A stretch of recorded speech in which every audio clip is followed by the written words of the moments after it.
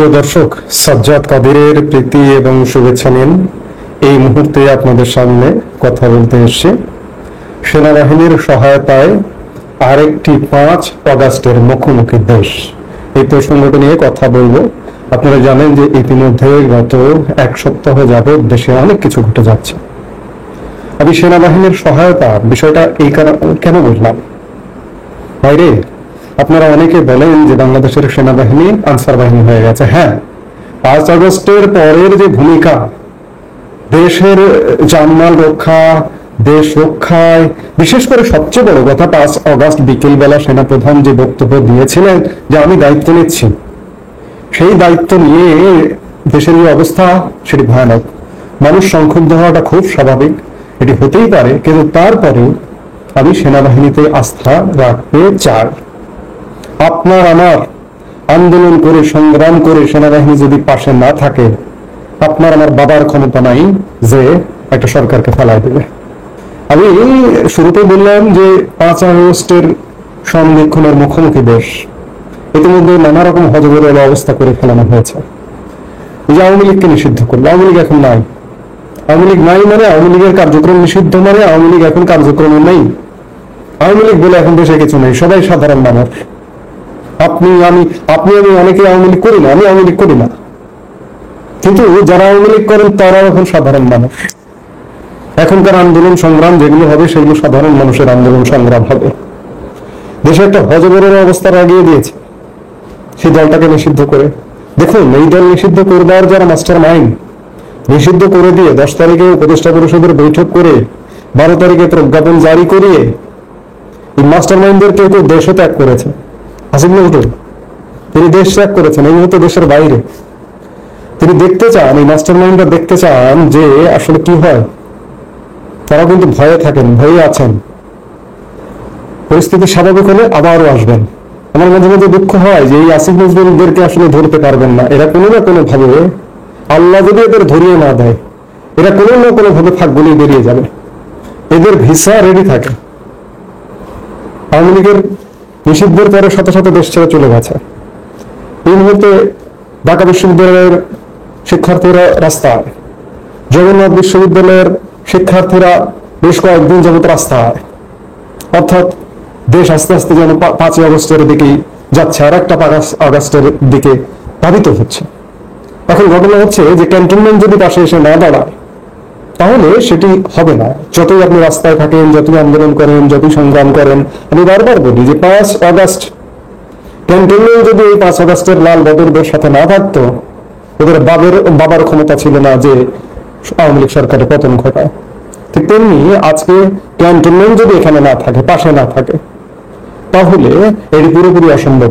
তবে ক্যান্টনমেন্টের মধ্যে ব্যাপক অসন্তোষ শোনা যাচ্ছে। আমি কয়েকদিন ধরে বলছি, গত 2 দিন 3 দিন যাবত ভিডিওতে বলছি, যদিও ক্যান্টনমেন্ট নিয়ে আলাপ করতে অনেকে শুনতে শুনতে বিরক্ত, অনেকে কমেন্টে এসে বলেন, 2-1 এসে বলেন, কিন্তু ক্যান্টনমেন্ট মূল আকর্ষণের বিষয় রে ভাই। ক্যান্টনমেন্টই ফয়সালা করবে। ইতিমধ্যে ক্যান্টনমেন্টে গোলমাল লেগে গেছে।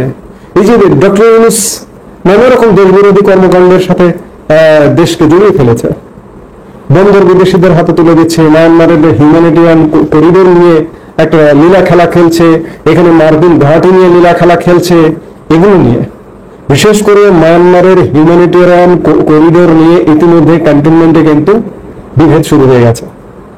আমি আগেও বলেছি, গতকালকের ভিডিওতেও বলেছি যে এই ইস্যুকে কেন্দ্র করে সশস্ত্র বাহিনী বিভাগের principal staff officer lieutenant general Kamrul হাসানকে জেনারেল ওয়াকারুজ্জামান সরিয়ে দিতে চেয়েছিলেন। প্রজ্ঞাপন পর্যায়ে পর্যন্ত গেছে কিনা এটি সঠিক বলতে পারবো না, তবে তিনি সরিয়ে দিতে চেয়েছিলেন, কিন্তু তার সরিয়ে দেওয়াটা থামিয়ে দিয়েছে সরকার, ডক্টর ইউনূসের সরকার। ডক্টর ইউনূসের সরকারের কেউ কেউ, এমনকি এখানে মার্কিন চার্জ দ্য অ্যাফেয়ার্স, তার ভূমিকাও আছে। আপাতত সেটি স্থগিত। কিন্তু এই যে কামিং দ্য উইক, সামনে যে সপ্তাহটা আসছে, এই সপ্তাহে কি হবে এটি বলা কঠিন, যে কামরুল হাসান সরে যাচ্ছেন নাকি অন্য কিছু ঘটছে। কারণ সেনাবাহিনীতে ভেতরে বিশেষ করে মানবিক করিডোর নিয়ে একটা ব্যাপক দ্বিমত তৈরি হয়েছে। জেনারেল ওয়াকারুজ্জামান এই দ্বিমতের পক্ষে, এবং জেনারেল ওয়াকারুজ্জামানের সাথে পুরো ক্যান্টনমেন্ট ঐক্যবদ্ধ। সীমিত কিছু মানুষ চাইছেন করিডোর ইত্যাদি বিভিন্ন কিছু, যারা চাইছেন তাদেরকে সরিয়ে দিতে চাইছেন জেনারেল ওয়াকারুজ্জামান। আওয়ামী লীগ নিষিদ্ধ, হিউম্যানিটেরিয়ান করিডোর ইত্যাদি নানা কারণে আপনারা জানেন, আমি দুদিন আগের ভিডিওতেও বলেছি যে জেনারেল ওয়াকারুজ্জামানের মার্কিন যুক্তরাষ্ট্র সফর করবার কথা ছিল, সেই সফর স্থগিত হয়ে গেছে দেশের এই টানটান উত্তেজনাকর পরিস্থিতিতে। সেই জায়গা থেকে যে সেনাবাহিনী ধীরে ধীরে একটা মেরুকরণের দিকে এগোচ্ছে, সেই মেরুকরণটা যদি মিলে যায় যে আমরা দেশের স্বাধীনতা সার্বভৌমত্ব রক্ষায় আমাদের প্রতি যে দেশবাসীর যে আস্থা, যে বিশ্বাস, আমরা সেই বিশ্বাসটা বজায় রাখবো। আমরা শহরে গালি দিচ্ছি, সেনাপ্রধান জেনারেল ওয়াকারুজ্জামানকে গালি দিচ্ছি, সেনাবাহিনীতে নানা রকম ঘটনা ঘটছে, শুধু বাইরে না, ক্যান্টনমেন্টে নানা রকম ঘটনা ঘটেছে। গত 10 মাসে ক্যান্টনমেন্টে লেফটেন্যান্ট জেনারেল থেকে শুরু করে চৌকস লেফটেন্যান্ট জেনারেল থেকে শুরু করে বিভিন্ন পর্যায়ের শতাধিক কর্মকর্তাকে সরিয়ে দেওয়া হয়েছে। শতাধিক কর্মকর্তাকে বিভিন্ন গুরুত্বপূর্ণ পদ থেকে এক প্রকার নিষ্ক্রিয় করে রাখা হয়েছে, বিভিন্ন কর্মকাণ্ড করা হয়েছে, যার কারণে ক্যান্টনমেন্টে ফুসছে, ধীরে ধীরে ফুসে উঠছে। কিন্তু ফুসে ওঠার চূড়ান্ত বহিঃপ্রকাশ আমরা এখনো পর্যন্ত দেখতে পাচ্ছি না। এভাবে খুব বেশি দিন চলতে পারে না, ক্রমেই অন্ধকার হয়ে আসছে। এই অন্ধকারটা ক্রমেই আলোর পথে ধাবিত হবে এবং এই আলোটা আসতে হবে ক্যান্টনমেন্ট থেকে।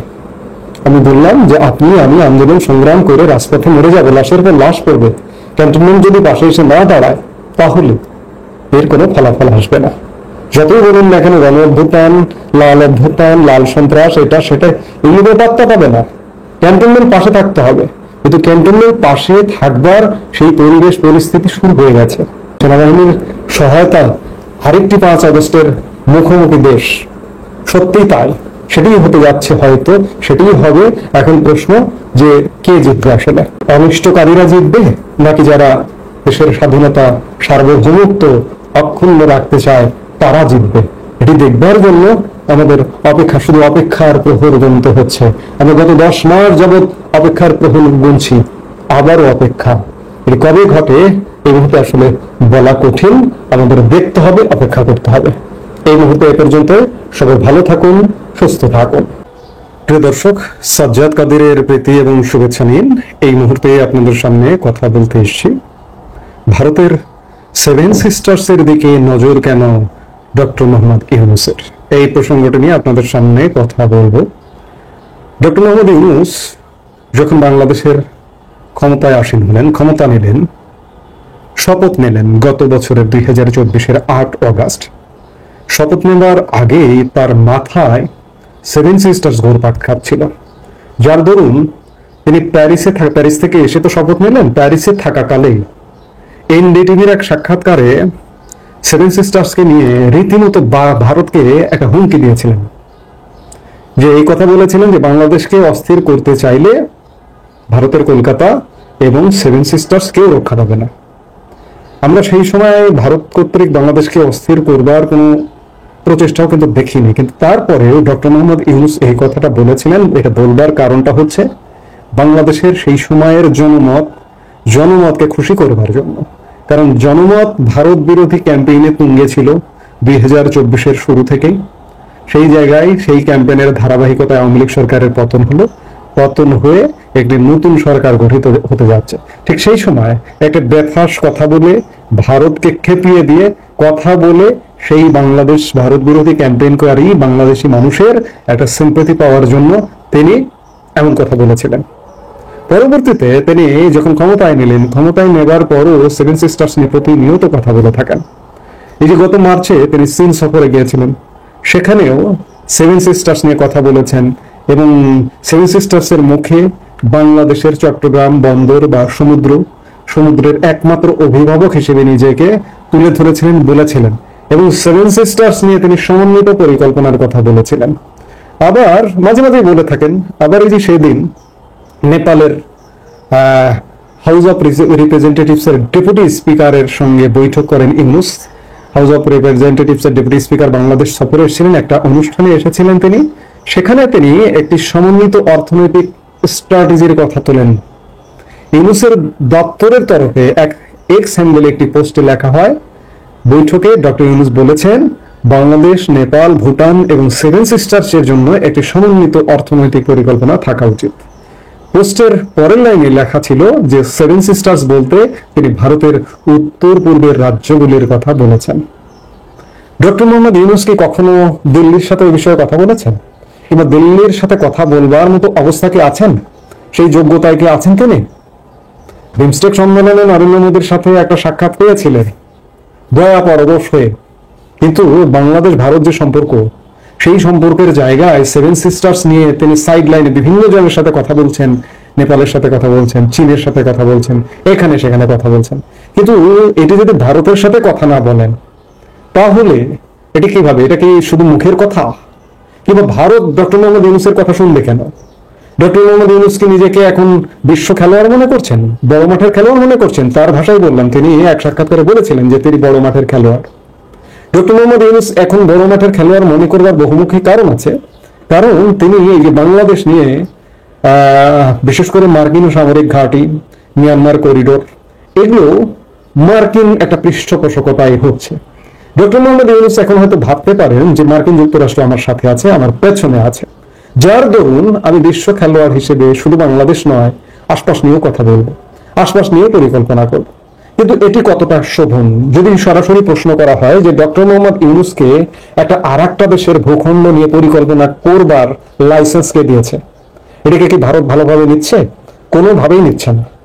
চীনে গিয়ে যে তিনি এই অঞ্চল নিয়ে যখন কথা বললেন তখনও কিন্তু ভারত নাখোশ হয়েছে, এবং এটি নিয়ে যত কথা বলবে ততই ভারত নাখোশ হবে। ডক্টর মোহাম্মদ ইউনূস নিজেকে সুপার পাওয়ারফুল মনে করছেন মার্কিন পৃষ্ঠপোষকতায়। আজকে ডক্টর মোহাম্মদ ইউনূস তার শাসনামলে, তার শাসনকালে নিজ দেশকে একটা স্থিতিশীল জায়গা আনতে পারছেন না। তিনি 10 মাস ক্ষমতার, প্রায় বছর হতে যাচ্ছে। এই 10 মাসে বাংলাদেশে কোনো শান্তি প্রতিষ্ঠিত হয়নি। শান্তির নোবেল বিজয়ী ডক্টর মোহাম্মদ ইউনূস সে জায়গায় নিজ দেশে শান্তি, নিজ দেশে ব্যবস্থাপনা, নিজ দেশ নিয়ে একটা অচল অবস্থায়, সেখানে ডক্টর মোহাম্মদ ইউনূস ভারতের 7 রাজ্য নিয়ে কথা বলেনটা কিভাবে? এটি কি শিষ্টাচার বর্জিত কর্মকাণ্ড কিনা? কিংবা ডক্টর মোহাম্মদ ইউনূস কি মার্কিন পৃষ্ঠপোষকতায় ভারতের সেই 7 রাজ্য, সেভেন সিস্টার্স দখল করতে চান, নাকি বাংলাদেশের অংশ করে নিতে চান? আসলে তো বাংলাদেশের অংশই চলে যাবার অবস্থা হয়েছে, সেখানে তিনি সেভেন সিস্টার্স নিয়ে কন্টিনিউ কথা বলছেন। এটি নিঃসন্দেহে এটি গর্হিত কাজ হচ্ছে, ডক্টর মোহাম্মদ ইউনূসের বোঝা উচিত। আমরা তো দেখি না যে ভারতের সরকার প্রধান বা ভারতের প্রধানমন্ত্রী বাংলাদেশের কোনো বন্দর নিয়ে, চট্টগ্রাম বন্দর নিয়ে, বাংলাদেশের কোনো ভূখণ্ড নিয়ে কোনো পরিকল্পনার কথা কোনো দেশের সাথে শেয়ার করেছেন? নিশ্চয়ই করবেন না, কারণ বাংলাদেশ একটি সার্বভৌম রাষ্ট্র। ঠিক তেমনি ভারত একটি সার্বভৌম রাষ্ট্র, সার্বভৌম রাষ্ট্রের 7টি রাজ্য। সেই জায়গায় ডক্টর মোহাম্মদ ইউনূস এই কথাগুলো বলে, সেভেন সিস্টার্স নিয়ে সমন্বিত পরিকল্পনা করার কথা বলে শুধুমাত্র ভারতের সাথে তিক্ততায় বাড়াতে পারবেন, এছাড়া কোনো কিছু করতে পারবেন না। কারণ ভারত ইউনূসের যদি কোনো চিন্তাধারাও থাকে, সেই চিন্তাধারা যদি ভারতের কাছে ব্যক্তও করেন, ভারত সেটি শুনবে না। ইতিমধ্যে ভারতের কাছে ডক্টর মোহাম্মদ ইউনূস চিহ্নিত। ডক্টর মোহাম্মদ ইউনূস এই আমাদের উপ আঞ্চলিক যে একটা জোট ছিল, একটা সার্ক ছিল, শুধুমাত্র পাকিস্তানের কারণে আজকে সার্ক প্রায় 9 বছর, প্রায় 1 দশক যাবৎ অকার্যকর। 2016 সাল থেকে সার্ক অকার্যকর। ডক্টর মোহাম্মদ ইউনূস ক্ষমতায় সেই সার্ককেও কার্যকর করবার চিন্তাধারা ব্যক্ত করেছিলেন, এমনকি ভারতের কাছে চিন্তাধারা ব্যক্ত করেছিলেন। বাংলাদেশের পররাষ্ট্র উপদেষ্টা ভারতের পররাষ্ট্রমন্ত্রী এস জয়শঙ্করের সাথে বৈঠকে সার্ককে উজ্জীবিত করার কথা বলেছিলেন, কিন্তু জয়শঙ্কর বলেছেন সেই আলাপটি রাখুন। সেই জায়গা থেকে এমন কোনো কর্ম করা উচিত নয়, এমন কোনো কথাবার্তা বলা উচিত নয় যেটি আমার নিকট প্রতিবেশী, আমার কাছের কেউ ক্ষুব্ধ হয়, নাখোশ হয়। এবং এটি সত্যিকার অর্থে আর এক দেশের ভূখণ্ড নিয়ে পরিকল্পনার কথা বলাটা, এটি আমি কে? আসলে আমাকে আগে তো চিনতে হবে যে আমি কে। আমি কি মোড়ল গোছের কেউ, বিশ্ব মোড়ল গোছের কেউ?